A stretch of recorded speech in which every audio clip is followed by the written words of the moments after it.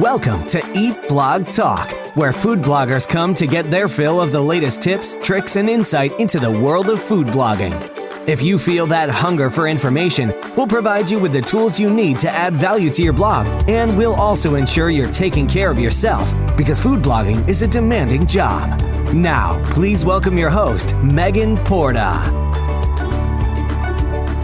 Hey food bloggers, are you guys looking for accountability and business growth on a whole new level?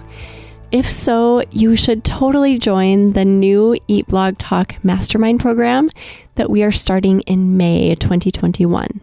Spend time alongside like-minded peers who will hold you accountable so you actually achieve your weekly and quarterly and yearly goals.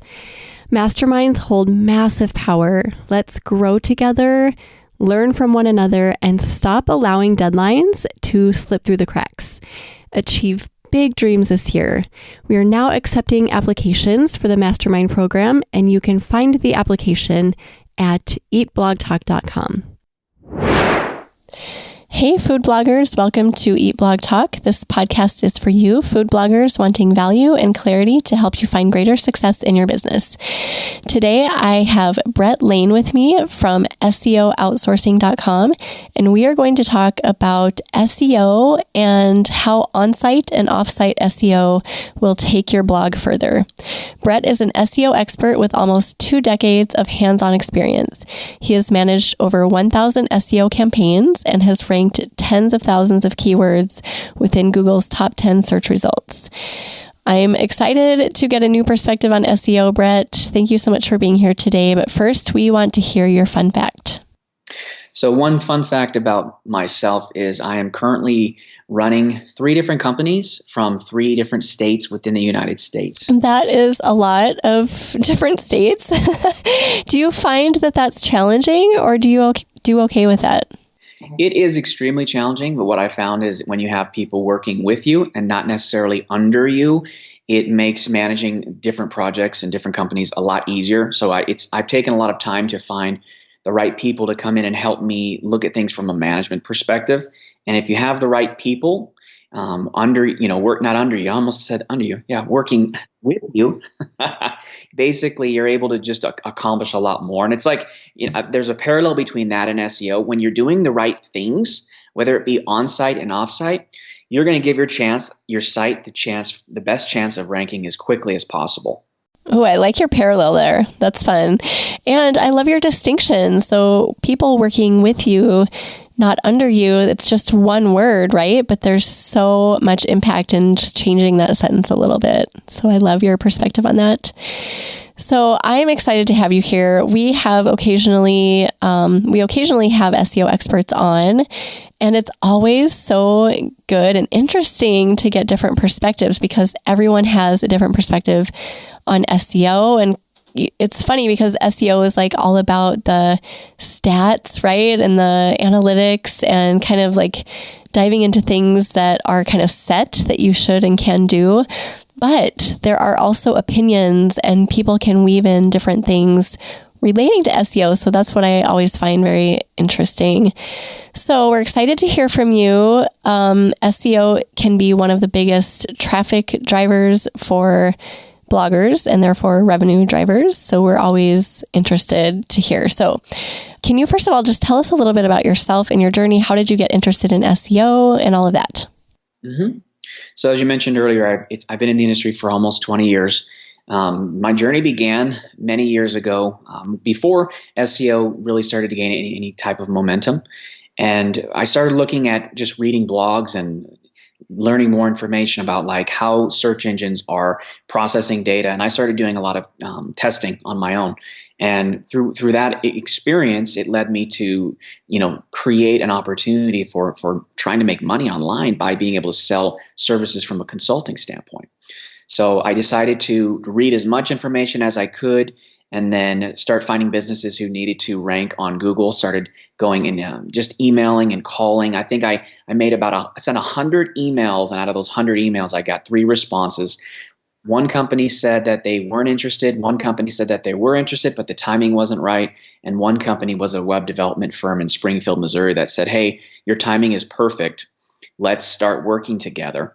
And that really opened up the door for our consulting, because that enabled us to start working with hundreds of clients versus just bringing on one or two or three. Oh, that's cool. So really, like, you have a story of really putting yourself out there over and over and just consistently sticking with it. And eventually someone said yes to you, which opened the door for you. So that's a good message as well. So you talk about on-site and off-site SEO. Can you first of all tell us what the difference is? Absolutely. The difference basically is when you look at things from an on-site perspective, that's anything that you can do to your website that's going to help it communicate more effectively with Google and as well as users. So you're trying to strike the right balance by being able to give Google what they need to show that you are an authority, as well as giving consumers what they need to be able to stay on your website for longer periods of time and interact with it. So that's the on-site piece. Anything related to off-site is the things at which you have to do to get people to link strategically to your website. So we've all been to Facebook, YouTube, Instagram, all these places where you can see people putting up links to content, to videos, to XYZ. That's basically getting links from other sites. But there's strategies that are associated with each type of outlet, whether it's on-site or off-site. And most people, when they talk about SEO, probably about 60% of people who don't know a lot about it think that SEO is primarily about on-site SEO. And I ask them, well, what are you doing for off-site? And they say, what do you mean? How are you getting people to build links to your website? Oh, well, we've got SEO covered. And I have to educate them on this is how you do it. You basically have to have a small army of people working with you to be able to get your site to where you're building links strategically, one day at a time, in relation to just doing mass blasts and trying to trick Google's algorithm. Okay. That's not something that we're we are familiar with all of the concepts that you just talked through, but on-site and off-site are not terms that food bloggers typically use. So I'm very thankful that you talked through that. Okay. So can you talk through some of the best practices for on-site SEO? Oh, absolutely. So if you're doing blogging and you're creating content, I'd say the biggest thing that you can do is create content that is engaging. And that's at least 1,400 words in length. And the reason I say that is there were studies done last year where people created content, they tested it, they checked to see which sites were ranking within Google's top 10 search results for thousands upon thousands of keyword phrases. And what they found was 1,400 words was a sweet spot. I always tell people, create content that outdoes your competitors. So if everybody in your industry is writing content that's 2,000 words, you want to do 3,000 words. You want to up whatever they're doing, but it's not just about creating content. It's about creating content that's engaging, because Google is looking for how people are increasing the user experience for anybody who visits a website. They're all about user experience. And if you do that in a way that you're answering questions, you're solving problems, in some cases you're pointing people to other resources. They may be competitive resources or just resources from government sites, EDU sites. Things where you're answering those questions, you're going to get the attention of Google. They're going to come by your site, and they're going to realize, too, the more words you have, the more opportunities you have for ranking for a variety of keyword phrases. So I would say content is number one.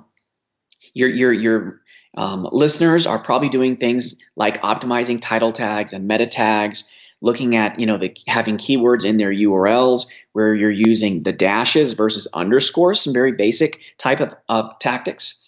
We're seeing different things with different types of header styles, having headers 1s, 2s, 3s, just being able to really differentiate the content on the site when people are reading it. So if you're using headers in that fashion and you're sprinkling in your keywords there, do it in a way that makes sense but doesn't spam. One thing that I know a lot of people are not doing these days is when you're looking at images, they're doing things like optimizing the names, the alternative text, the name itself for the image, but they're not utilizing what's called Exif data optimization. So it's EXIF data optimization. There are a ton of tools online. If you go to Google and type in Exif data or Exif editor or Exif image editor, what you're going to see is this is one other way to optimize the things that sit behind images. So if you're a food blogger and you're writing something about a specific type of food, may even be in a specific area, you can go in and use these Exif editors And you can optimize the title of the image. You can put in things about, if it was specific to an area, you can do things with longitude, latitude. You can go in and put who is the person who wrote the content. There's probably about 10 to 15 things that you can do behind images. And I've seen by taking these images and optimizing them and putting them into Google's, when you look at, if you had a local business and you went to the Google Maps listings, you noticed a Google My Business listing pop up. I've seen instances specifically where we've optimized images related to, and it doesn't matter what you optimize them for. It could be a doctor, lawyer, dentist in Chicago. I've seen instances where businesses have taken 30 or 40 images. They've optimized the titles, the alternative text. They've looked at all the back-end things with those Exif editors, put them into their Google My Business account, and then literally within a 30-day period, those images got 400 to 500% of an increase in views as compared to their competitors. And all they did was change some basic data. So what you're doing is you're optimizing your images just like you would optimize your website. Okay, that's very interesting. I've never heard of Exif data. So is it hard to do? Is it fairly easy? Yeah, it's really easy. I mean, there's a whole bunch of tools online that are even free. If you just type in Exif image, like optimization or tools, you'll be able to go in. What these tools do is they allow you to upload the image, and then it shows you the elements behind the image that you can tweak. You go in, you make your changes, boom, boom, boom, you're done. There is one tool called Mass Optimizer Pro. It's a company that is in the UK, Mass Optimizer Pro. What they will allow you to do is you spend $300 or $400 for the software, and you can go in and download images in mass and change these elements very, very quickly. Now, if you're working with a ton of images, you may go in and say, here's 100 images I'm going to work with for the next 12 months. You literally could have every one of those images optimized if you use one of these tools, within maybe 1 hour. Or you could just go to the free sites online and tweak them. It's really upload an image. It looks at the elements online within your web browser. You tweak them, you hit save, you download the image, and now you have an image that is fully optimized. Very interesting. I wanted to ask you about your content. You mentioned engaging content, creating posts that contain at least 1,400 words in length. What if we are talking about something that doesn't we can't find 1,400 words to talk about. And then we start getting to the point where we're kind of talking about nonsense. This happens to me quite often where I'm like, okay, that's not even relevant. So is it better to have the 1,400 words or better to just stay relevant and under 1,400 words? I think relevancy is the biggest factor that you have to focus on, but there's strategies that you can utilize to get to more than 1,400 words. One very, very basic strategy that we utilize for people who are, let's say you're in the HVAC industry, or you're a plumber. Believe me, coming up with 1,400 words if you're a plumber in Boston is extremely hard. It's really hard to be relevant. So what we do is we look at tools like answerthepublic.com. You can go to that site, you can type in a variety of keyword phrases, and what it's going to do is it's going to show you the questions that consumers search for on the internet. Now, if you're writing about food blogging and you want to know about different kinds of recipes or whatever, you go to answerthepublic.com, you put in your keyword phrases, it's going to come up with hundreds of variations of what people are searching for. So what you could do is you can say, hey, what are the top questions that people ask that we can answer? And that leads into my next point, which is create a series of content.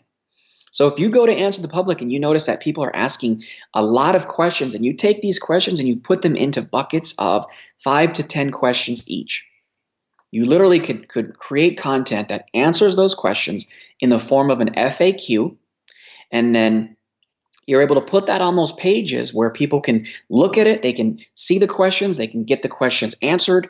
The reason it's important is you're creating more content. People are definitely searching for it, which makes it more user-friendly. And then also Google, if you put in what's called schema, you can put in FAQ schema into your code, and that schema will be able to show to Google that people are asking these questions, and you can get those questions to showcase within Google search results. And you can also interlink, right? So if you create 5 pieces of content that are related to each other in some way, and then you can link them within your site. Yes, and the interesting thing is that leads to another point. when you look at your internal linking, or what's called link sculpting, it used to be called page rank sculpting. Now it's called link sculpting. And all that is it's a site owner that utilizes their internal links strategically. That's all that means. Like you said, if you have 5 stories that are all talking about a specific type of food, and you have a main category page on your site that talks about those kinds of food, and then on that particular page you have 5 links to 5 stories, what you've told Google is, hey, follow these links on my site, and you can see that the authority goes from like your home page to a category page to then these subcategory pages.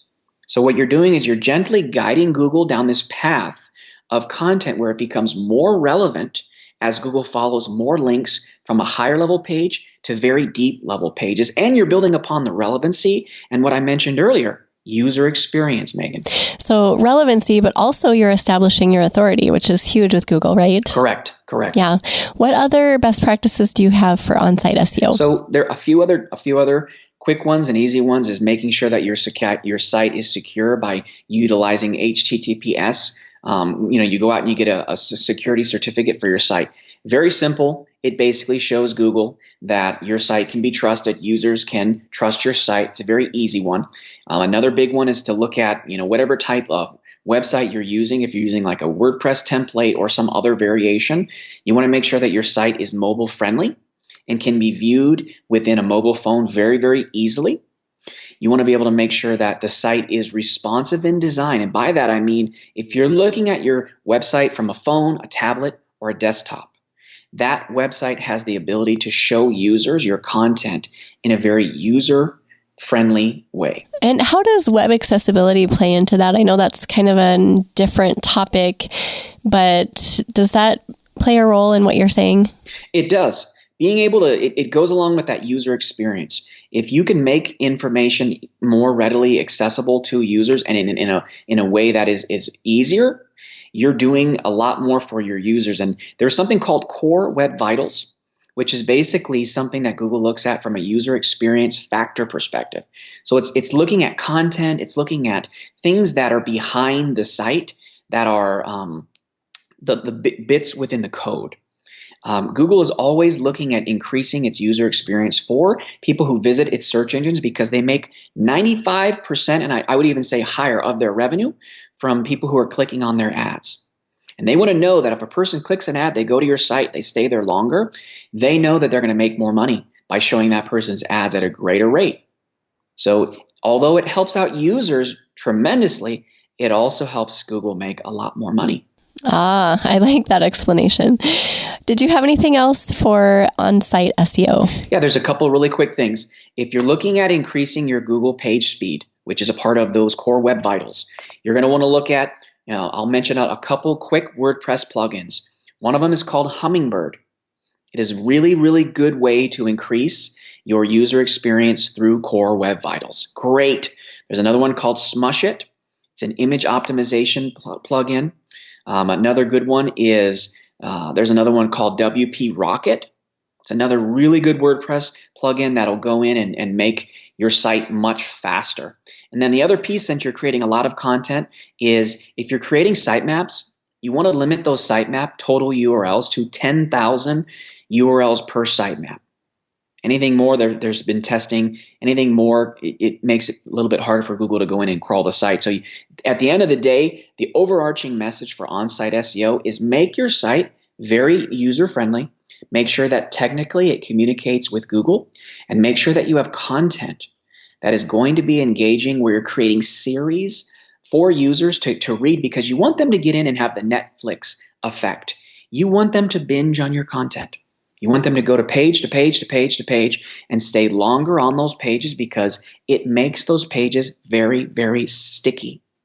The stickier they are, the greater the chance that you're going to have for getting your pages to rank higher and higher for a longer period of time. I love that you just said the Netflix effect. That is so awesome, because you get on Netflix and you just want to bounce around. You see one awesome thing and then you go to another show that looks really appealing. So that's how we want our sites to be. We want someone to come on, see something great that they resonate with. Oh, that's a delicious chili. Okay, now I need to find out how to create tomato sauce in my Instant Pot or whatever. Like you can kind of bounce from one thing to another. They're all related, but they're not the same. Absolutely. And you don't even know after a while, you're like, why am I still here? I don't even know why did I go here?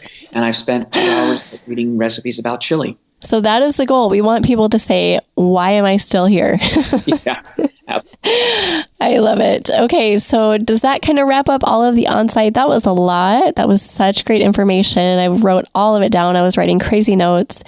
But did you have anything else before we move on to Offsite? No, I think that covers a lot of it. I think the only thing to keep in mind too, you mentioned earlier that everyone has a different perspective on SEO, and you are absolutely right. You've got people who do it one way, do it the other. Some people believe it's all about on-site. Some people believe it's all about off-site. I believe it's a blending of each. And I think that some people say if you're doing things to change Google's rankings, you are doing things that are black hat. And you got to write good content and they will come. Field of Dreams, in my opinion, does not exist.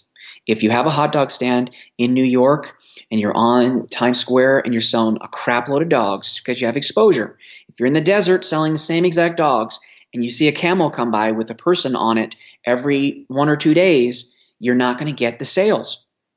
You're not. So you have to create a picture for Google on site and get people to link to your site slowly over time that doesn't raise any red flags. Because everybody who's building content and creating links, Google says you don't need to do any of those things, which I think is nonsense.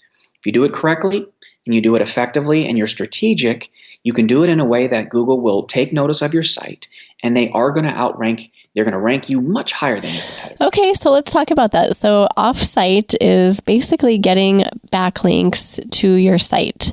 So what are some good ways to go about doing that? So one very, very basic way is looking at, you're talking about bloggers and content.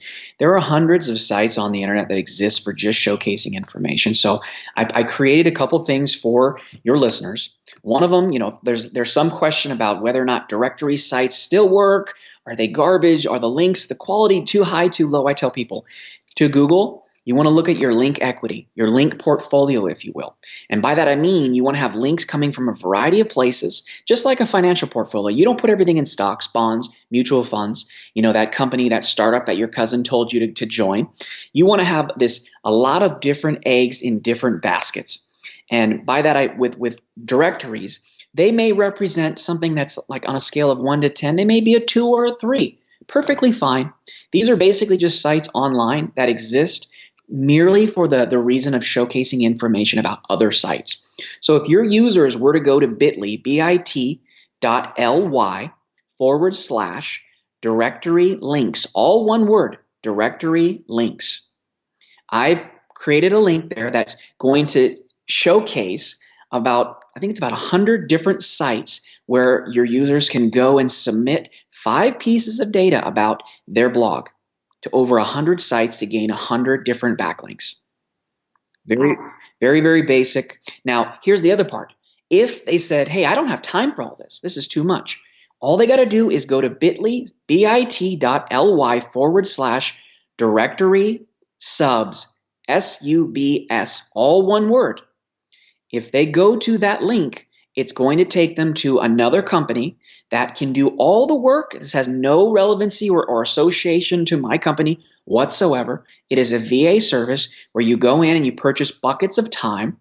They're already familiar with doing blog directory submissions. You go there, you purchase a bucket of time, you give them your data, you give them the list of sites you want to submit to, and then they do it for you over a 90-day period. Oh, wow. Okay. I had never heard of that before. Is this considered ethical? I mean, obviously it is.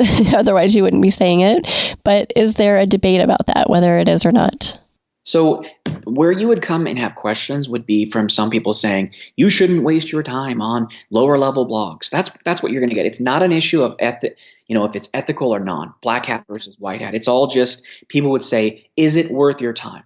Now, if you have 100 different sites that you could submit to and you could get these directory submissions, they're very, very, it's like when you look at your financial portfolio. These are the sites, maybe, bonds don't have the greatest return, but they're stable over time. Just so like with a stock, you may take a bigger risk, you may get a bigger loss. With a bond, You put your money in it, you let it sit for 10 years, you get like a 4, 5, 6% interest, rate of return, you're good. That's what these types of directories are. And if you're yet letting somebody else do the submissions, and let's say you spend $300, $400, $500, there are lower cost types of virtual assistants that you could utilize. But let's say you were to spend $300 and you get 100 hours of someone's time, and they go here and they go to these sites, they create the usernames, they submit the information on your behalf. That's just going to represent the baseline of what you need to do from a link building perspective. I was doing this well over 10 years ago for brands like Marriott, Four Seasons, Progressive Insurance, Nationwide Insurance. So that's typically where you run into the questions of, would one person say to do it or another person? So yeah, old school type of link building, that's one way of building links. It's going to fit more if, like, let's say you're doing things and you have a local site. There's certain things called citations, or otherwise known as NAP listings, name, address, and phone number listings. Some people say, hey, I don't think that I should have to do local business listings because I have a site that is nationwide. I would tell them you want to do those submissions because you're wanting to build your expertise, your authority, and your trust. You're wanting to build those 3 things for Google. If you have a physical address that's associated with your business, you need to be doing those NAP listings because it gives you more staying power with Google. Google's going to know that your business is not going anywhere because there's an actual address attached to it. Oh, interesting. Okay, so you recommend that even for food blogs that are just kind of entities in the online space. I shouldn't say all of us, but a lot of us work from our homes, but it's still worthwhile for food bloggers to establish NAP listings? It is. Now, here's the caveat. If you have a business listing, and I would say if you have a home listing, I wouldn't do it because you don't want to have your home information plastered out on hundreds of websites. So that's the caveat. If you have a location that you think you're okay with it being freely available on the internet, or let's say you were to create let's say you had a virtual address, you can utilize those as well. But the key thing there is only use those submissions if you are comfortable with having that information on the internet. If not, don't do it. Okay. Yeah, I don't think many of us would. And I know a lot of food bloggers use PO boxes, and that probably would not suffice for a NAP listing. So maybe that doesn't fit. But I don't know, maybe some people do have addresses that they could put in that aren't necessarily their home addresses. So that's worth noting. Is there anything else? I feel like backlinks are so hard to get these days. And I hear a lot of food bloggers not complaining, but just that's a common theme that they wish they had more and they're wondering how to get more. So you gave that one resource, which is great. Are there other strategies for going out and getting backlinks from sites that are established and reputable? There are. But before I get to that, I want to make one quick point. So if you're a blogger and you're doing videos, or let's say you're conducting interviews, I tell people utilize your content and repurpose it however you can. So if you do a video and you do an interview or you go on and you do a Zoom call, you can literally take that Zoom call, take the video, optimize the video through Exif data, because you can do the same thing with videos and images. That's one thing. You can take that video and you can go online and look for video directory sites. There's a list of about 20 or 30 that are like YouTube, Vimeo, Rever, things of that nature. You can have virtual assistants go to these sites, create profiles. You can have them submit one video to, let's say, 20 different sites. Let's say you have 10 videos. Now that's 200 different links you just created to your site, and it's all very traditional. These are not things that it should be too questionable. So now you can do directories, you can do video type submissions to YouTube style sites. YouTube is not the only video site that exists. There's probably about 10 to 20 different sites that would be worth submitting to. So now you have video submissions. You can go and take that same exact content, you can transcribe it, you can pay different companies to transcribe the video content and make it contextual content. Now you can create blog posts based on those videos with the text being used and have that text sit on those websites. So now you have new blog posts. You can take the audio from those particular videos and create just an audio MP4 or an MP3 file. You can go online and look for things like podcast directories. There's a list of hundreds of those kinds of sites. Now you can take that data along with a few different pieces and you can submit those podcasts to audio-based podcast directories. So the key really is looking at ways of taking content and using it in multiple forms. You took a video, now you have video submissions. You changed it, you transcribed it to text, now you have blog post. You've taken the video and turned it to audio, now you have audio post. You can look at things like RSS, real simple syndication. There's sites online that are RSS directories. You can submit the site maps to your blogs to these RSS sites, and then anytime content is updated on your blog, it then gets sucked into that RSS feed and it gets published on these RSS sites. And literally there's between 50 and 100 RSS directories that exist on the internet. Those are the caveat. Those are the more manual types of submissions that you can conduct. They're a little bit old school, but you can still do them, and you can do a couple hundred submissions where it's the same exact information. In my opinion, you're not going to get penalized for duplicate content on those sites. You're not. Now, what you asked earlier was, are there other ways of getting links on higher quality authoritative sites? Yes, there are. A couple things. You have to either have content that is very compelling, or you have to utilize a search like Outreach Mama. There's a whole bunch of communication platforms like Outreach Mama where you go in and you can pitch bloggers based on the themes. So you can go to Outreach Mama and you can put in food blogs and it comes back with a whole list of food blogs, and then you can start communicating with these bloggers. Hey, I got good content. Would you be willing to post this content on your site? And then you start that conversation, and then you give them the content, they approve it, and then you can get it on their site. That's one really easy way of managing your communications. The old school way is going to Google and typing in things like, write for us, and then plus, and in quotation marks, food blog, or any other variation of phrases you want to do. That's the old school way of finding things that are already in Google search results where people are saying, hey, we want writers to write for us. So like a contributor. So looking for food blogs or other blogs who are welcoming contributor writers. Absolutely. Okay. And then I love what you were talking about earlier about just taking one piece of content and repurposing it times 100. I was just watching, I think it was an Instagram. Wait, where was this? I can't remember. Something about Gary Vaynerchuk, how he takes literally like one video from a presentation that he gives, and he pieces it out and delivers it in so many different places. Reading through it, I was like, this is insane. So smart. But he's not only building backlink equity, but he's also like covering all his bases. He's covering all of his messages within that one presentation. He's delivering to different audiences depending on what he's saying. I mean, there's so much gold, I think, in doing that sort of repurposing. So I love that you were talking through that. Is there anything else that should be on our radar as far as offsite SEO? Couple big ones. I mentioned earlier about, there's traditional ways and there's types of link building that in the past have been looked at as like negative. So you look at something like blog comments, or you look at something like forum profile posts. Back in the days, people used to spam the crap out of those sites, and Google started shying away from it. But if you know of like the top 5 food blogging style forums, it would make sense to go to those forums, create usernames, and start engaging with people on those forums, because Google recognizes that you can generate a lot of links in a forum very quickly by just starting a very small wildfire. So like you can go in and notice people are starting to talk about certain kinds of recipes.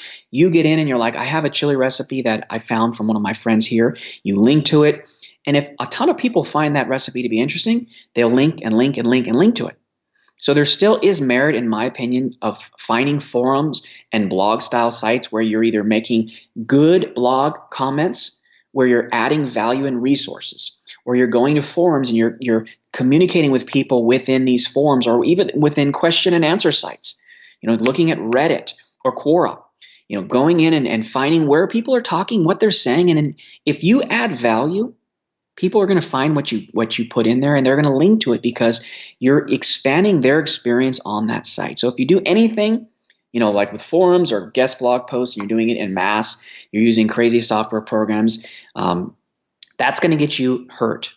But if you're doing it strategically and you're seeding the right message at the right place at the right time, those little seeds will pay out great dividends. Because people are going to see that and go, oh, that's a really good recipe about chili. It's this woman said that she had a recipe from her grandmother that's like 100 years old or 85 years old, and it sounds very different. You're going to get a lot more people to link to it. So those are some. They're not cutting edge. They're more old school ways of doing it, but it's utilizing it. You've heard that adage about not throwing the baby out with the bathwater. That's definitely, those are two things in terms of link building that I would say use sparingly and add value.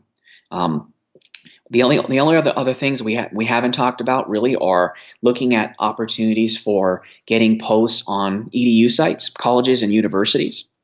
And this is one where it's very, very hard to be able to get those types of links in a quick fashion. I've spent the last 7 years building my communication efforts with people, with college students, where I know I can get links from colleges like Duke or USC, where there's general blogs on those sites. And if you're a student, you can go into the site at USC, their blogs, and you can create your own blog that talks about food or whatever you want. But you have to be a student, and it's a very rigorous process. But I've got connections where I can go in and say, hey, here's some really good content. I need to get it linked to, put up on the site. And typically, it takes anywhere between 1 to 3 weeks to get that posted online. Most cases, if you're working with somebody who's not good, those links, you'll pay someone to do the submission on your behalf. So you're not renting links in that sense. You're paying a person to do a submission for you, just like you would with a virtual assistant. And they go and they put that content on the blog, and people find it, they read it. And when Google sees those EDU links, those are some of the highest quality type of links you can get. They take notice of that. What I would say is when you build the links, don't build links where you're going after, let's say your biggest keyword is like food blog. Unless your name is, like the daily food blog, you're not going to want to use food blog as the keywords and the links. You want to use your name, thedailyfoodblog.com, and you have a link that goes to that. The reason I suggest that is it tells Google that you're not trying to gamify their system, because people used to build hundreds and hundreds of backlinks back in the days on specific keyword phrases, and they would drop link bombs, as we used to call it. You do a press release, and in that press release you have your keyword food blogger. That shows up on 500 places. You just got 500 links for food blogger. Doesn't look natural. Not at all. Yeah, I remember those tactics. I mean, I never did them, but I remember people talking about them, and I thought, oh my gosh, they've got to start cracking down on that. And thankfully, now that's not really a thing anymore. Do people still do that? So that's a great question. And I had another podcast interview literally last week where we talked about online PR. And what I told that group was you can still utilize press releases in a way that is effective. What I mentioned earlier about listing out your name or site.com, whatever your site is, site.com. When you do a press release, if you have something that is newsworthy, you can get it picked up by 200 to 500 different places. And when you do that, basically what you're going to do is you're going to get those links underneath whatever your site URL is. If you pick up 300 to 500 links and it is for site.com or yoursite.com, what you're showing Google is you're linking to the very highest level of your website, or it's actually the second highest, but it's a very high level of your website. What you're doing is you're able to dilute the total number of links to your site. Let's say you had an SEO person go do SEO for you, and they built out 3 years ago a ton of links for food blogger. And then when you look at your link profile, you say, this doesn't look natural. I've got 1,000 links, 300 of them are pointing to my site for food blogger. This doesn't look good. If you go into a press release and now you increase your links by 500 and they're all for yoursite.com, now when Google looks at the total number of links to your site, it used to be 1,000, now it's 1,300 or 1,500, and those 500 links say yoursite.com. Now it makes your profile overall look more natural, and it looks diluted. It doesn't look like it's so heavy with, food blogger as the text being used in those links. So some people will say press releases are dead. I say they're not. If you have information that is very useful and that is timely, it might be a certain kind of recipe or it could be something that the food blogger is doing. Maybe you're giving information, or you're providing a portion of your proceeds to a certain charity, your favorite charity. In my opinion, those things are newsworthy. Why not get links to your site for those kinds of topics, and do it in a way that's still going to benefit you? That was well said. So looking at the overall picture, on-site and off-site SEO, how much time do we spend on each? Because we only have limited time each week to do all of our work. Plus we're managing our content, creating new content, combing through old content and all of that. So we don't have 10 spare hours a week to work on SEO. How do we divide it up? So you do not want to eat an elephant in one bite. That's a great question. You want to break it into chunks. So I talked about a lot of different things for on-site SEO. What you want to do is create a list of those things to get done, and you want to prioritize those lists in terms of what things are going to make the most impact. So if it has anything to do with your site being technically sound, I would say take care of those things first. We talked about headers, titles, descriptions, your URLs, your images, things of that nature. That schema we talked about, you want to do those things. You want to do those things first. And you want to start chewing on those things and seeing that you're getting those things done every single week. The next piece is look at that content. You're already writing content. Okay, what content can be written that's brand new? One thing I didn't mention that is very, very important. You can take content that you wrote 2, 3, 4 years ago. You take that content, you update it, you add new bits and pieces. Maybe it was 1,000 words. You take that article and you turn it into a 2,000 word or a 3,000 word article. You republish the same exact piece of content on the same exact URL. You can get a lot more bang for just utilizing the content you wrote in the past by tweaking it and updating it. Oh, I'm in that game right now. I have a 10-year-old blog, so I have all of this content that's just been sitting there. It's garbage. There's so much of it is garbage. So I have spent almost the last year doing exactly what you're saying and republishing everything. Not everything. Oh my gosh, I wish it was everything. Republishing content that needs that desperate updating. And I'm going in and adding those questions that you talked about and adding value, honestly, whether that's new photos or new copy or both, and updating the recipe card and just giving it a new published date and keeping the same URL. So I am very familiar with that. Yeah, and if you don't, the other piece to that is if you don't have the time to do it, there's one site that I've worked with in the past called writeraccess.com. They've got about 6,000 or 7,000 writers there. What you could do is you could download every piece of content that you want tweaked. You could give it to that team and say, hey, I just want you to tweak it, add to it, add some brevity, track your changes, and then you pay them to do that every single month. That may cost you, let's say, $300 to $500 a month. What you need to look at is your time. It's extremely valuable. In my opinion, it's worth paying $500 a month to have a team of 100 people or whatever that number is working on your content, tweaking it and building upon it based on your guidance. Now you can focus on the more important things.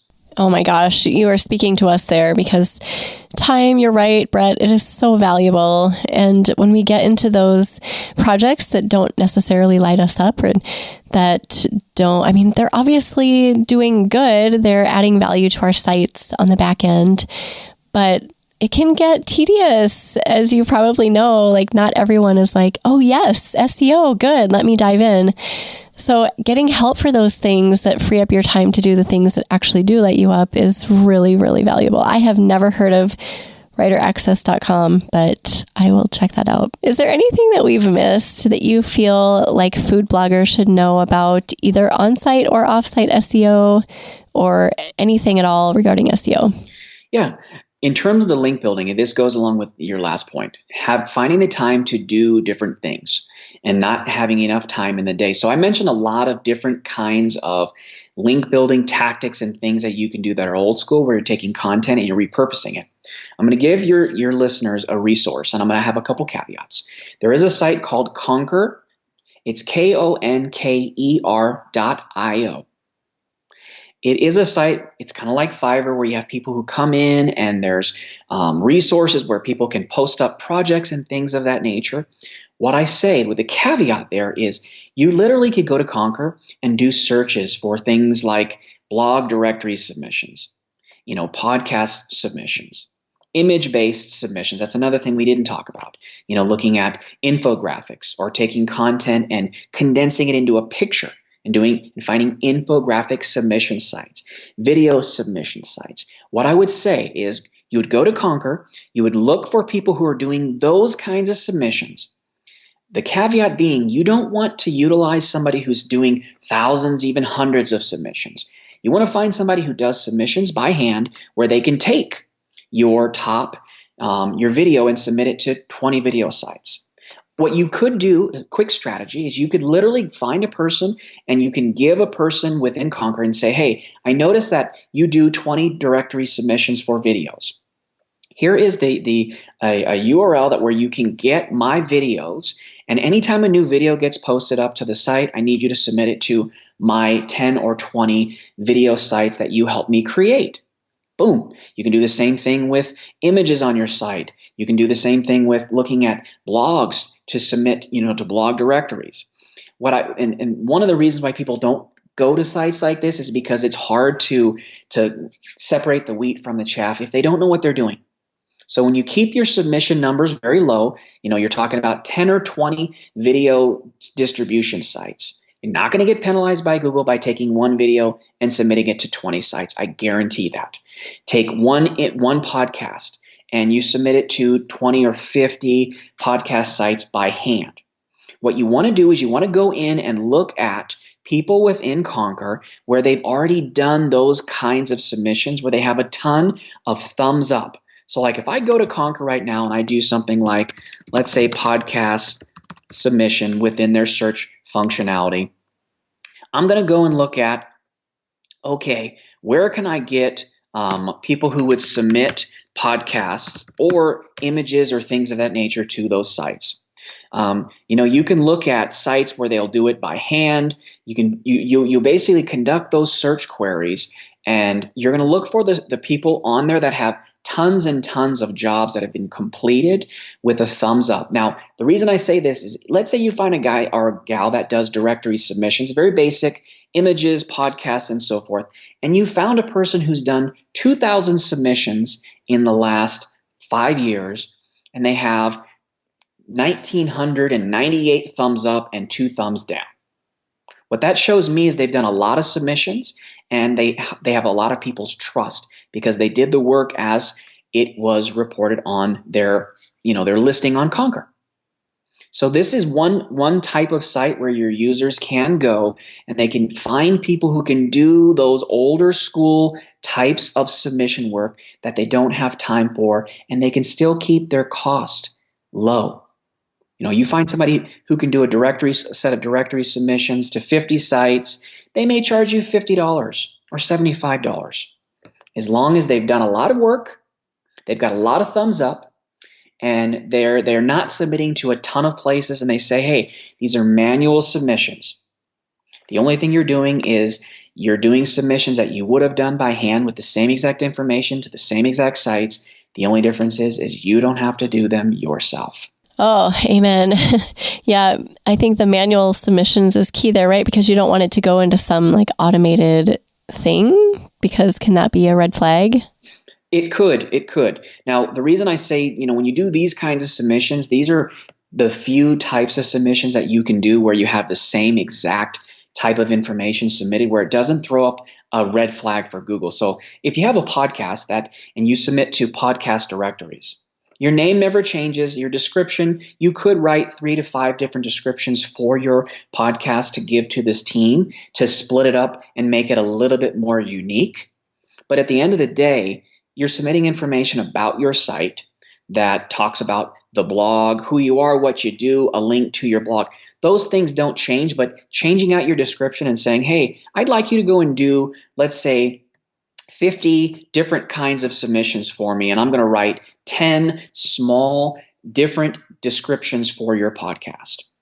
That'll add a little bit more flair. Now you're only going to be getting, let's say you're going to have 10 different sites that have the same exact description versus having one of the same description show up on 50 different sites. So there's ways of adding variation. And this is another one of those things, Megan, that where we talked about earlier with, when you look at who's doing what and what people suggest, some people may tell you, don't even waste your time on these sites. I always say, if you could do something that you do one time, it costs you $40 or $50. You're not spamming anything. You're not going to Conquer and buying 3,000 submissions. No. You're doing like 50 or 100. And there are higher levels directory submissions for different things like podcasts, blogs, things of that nature. In my opinion, those are worth it because even though they're lower hanging fruit, they represent a very normalized link equity for a website. I have clients all the time who say, well, I shouldn't be wasting my time on this, this, and this. And you just created content on a site that doesn't look like it's super authoritative. I come back to the client and say, okay, here's your biggest competitor. Guess what? They have twice as many links than you, and 10 or 15% of their links represent those links that I just got you that you say you don't think you need. And I say it very nicely. So backlinks are important. They can make a difference, right? Absolutely. This has been wonderful. Do you have anything else to impart before we say goodbye? I think I need to reiterate that point of if you create resources for your site that are user-friendly, that are engaging, that make people want to link to you and stay on your site and have that Netflix effect where they get lost in your content, you're going to give yourself the greatest chance of ranking because you're doing things that your competitors are not. It doesn't take long for a user to find a resource and hit the back button because they found a site that looks like crap. The content is horrible. They know it's written specifically for search engines and for conversions. It's not written for them. So always keep that in mind with every single piece of content you create, and then use that content and repurpose it and then do submissions on each one of those types of content because it's going to make your site look as natural as possible. You're going to get those links, which is going to increase your rankings, it's going to increase your traffic, and it's going to increase your conversions. Oh, great stuff. Thank you so much, Brett. Thanks for being here. I appreciate you taking the time out for food bloggers. We all appreciate you and your information. And I kind of feel like that was your ending words of inspiration, but do you have an additional quote or words of inspiration to share? I would just say when you look at taking these types of tasks, when you eat the elephant, do it one bite at a time. I mentioned that earlier. Do not get overwhelmed with all the things that you have to do because that's what happens with SEO. People get lost in the weeds. Create that list of everything that needs to be done so you can effectively manage your time and start chewing on that list every single week rather than trying to get confused with doing too many things at one time, because if you don't eat the elephant one bite at a time, you're going to choke. You will not have enough time to do what you need to do. You're going to feel like you're overwhelmed and you're not going to get anything done. Oh, I use that analogy all the time in my house. The elephant analogy comes out often. So thank you for ending on that. We will put together a show notes page for you, Brett, and we'll put all of those amazing resources that you've mentioned inside of your show notes. So if anyone wants to go look at those, you can go to eatblogtalk.com/Brett Lane, and Brett is spelled with 2 T's. Brett, tell everyone where they can find you online. Easiest place to find myself online is just Brett, S as in Stephen, Lane.com. Awesome. Are you on Instagram as well? I'm not doing much on Instagram right now. I tend to have a little bit of a separation between my private business and my personal life. But there are resources on there for things like Twitter, Facebook, and so forth. Yeah. Awesome. Well, thank you again for being here, Brett. And thank you for listening today, food bloggers. I will see you next time. We're glad you could join us on this episode of Eat Blog Talk. For more resources based on today's discussion, as well as show notes and an opportunity to be on a future episode of the show, be sure to head to eatblogtalk.com. If you feel that hunger for information, we'll be here to feed you on Eat Blog Talk.